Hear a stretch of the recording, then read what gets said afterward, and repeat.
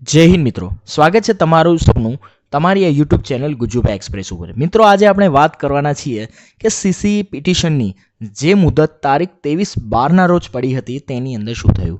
તમારામાંથી ઘણા બધા મિત્રોએ મને મારા ઇન્સ્ટાગ્રામ હેન્ડલ ગુજુભાઈ એક્સપ્રેસ ઉપર અને યુટ્યુબ ચેનલના કોમેન્ટ સેક્શનની અંદર પૂછ્યું કે 23/12ની મુદતમાં શું થયું તેના વિશે અમને વિગતે માહિતી આપો. તો તેને આજે હું માહિતી આપવાનો છું અને તે સિવાય પણ સીસીઈના કેટલા પ્રશ્નો ચેલેન્જ થવાના છે તેના વિશે પણ થોડી અપડેટ હું આજે તમને આપવાનો છું. તો આ વિડીયોને પૂરો જોજો, તમારા મિત્રો સાથે શેર કરજો અને જો આ ચેનલને સબસ્ક્રાઇબ ના કરી હોય તો તેને અત્યારે જ સબસ્ક્રાઇબ કરી દેજો, કારણ કે આ ચેનલ ઉપર તમને આપણી તમામ ગવર્મેન્ટ ભરતીની સચોટ અને ઝડપી માહિતી મળી રહેશે. તો મિત્રો, તમને સૌથી પહેલાં જણાવી દઉં કે લાસ્ટ મુદતની અંદર જજ સાહેબે એટલે કે નિર્જર દેસાઈ સાહેબે ટીસીએસ અને ગૌણ સેવાને ઝાટકણી કાઢી હતી.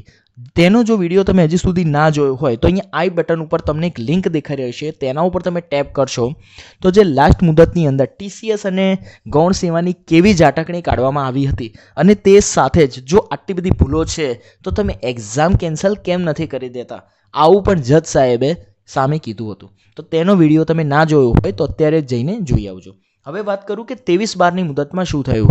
તો એકચ્યુઅલી મિત્રો થયું છે એવું કે નિર્જર દેસાઈ સાહેબ કે જેઓ આપણા કેસની સુનાવણી કરી રહ્યા છે તેઓ અત્યારે વેકેશન ઉપર છે, એટલે કે તેઓ 31/12/2024 સુધી વેકેશન ઉપર છે. જાન્યુઆરીની અંદર સાહેબ ફરીથી પોતાનો ચાર્જ લઈ લેશે.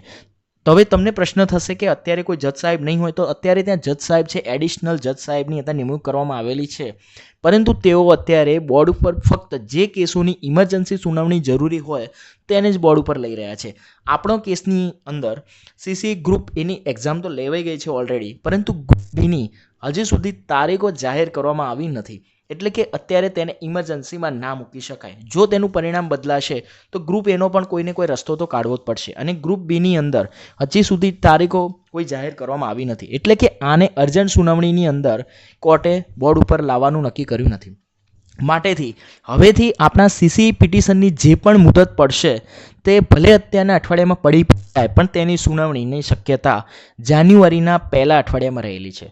તો આ હતી 23/12ના મુદતની વિગતો. અને તે સાથે જ જો તમે જાણવા માગતા હોય કે કયા પ્રશ્નો સીસીના ચેલેન્જ કરવા આવનાર છે, તો તમને અત્યાર સુધીની અંદર તો ફક્ત 4 જ પ્રશ્નો જોવા મળ્યા હશે કે જે કોર્ટની અંદર ચેલેન્જ કરવામાં આવે છે, પણ તે સિવાયના બીજા 19 પ્રશ્નો પણ સીસી માટે કોર્ટની અંદર ચેલેન્જ કરવામાં આવનાર છે. તે તમે જો જાણવા માગતો હોય તો આના પછીનો જે વિડીયો મૂકીશ તે ફક્ત અને ફક્ત કયા 19 પ્રશ્નો છે કે જેને કોર્ટની અંદર ચેલેન્જ કરવામાં આવવાના છે, જે હજી સુધી ત્યાં રજૂ કરવામાં આવ્યા તો નથી પરંતુ રજૂ કરવામાં આવનાર છે. તો તે જાણવા માટે ચેનલને સબસ્ક્રાઇબ જરૂરથી કરજો, જેથી કરીને નેક્સ્ટ વિડીયો તમને સીસીના કયા પ્રશ્નો છે અને તમારી શિફ્ટનો જો કોઈ પ્રશ્ન છે કે નહીં તે પણ તમે જાણી શકો. તો મળીએ નવા વિડીયોની અંદર, ત્યાં સુધી આપો મને રજા. જય હિન્દ, જય ભારત.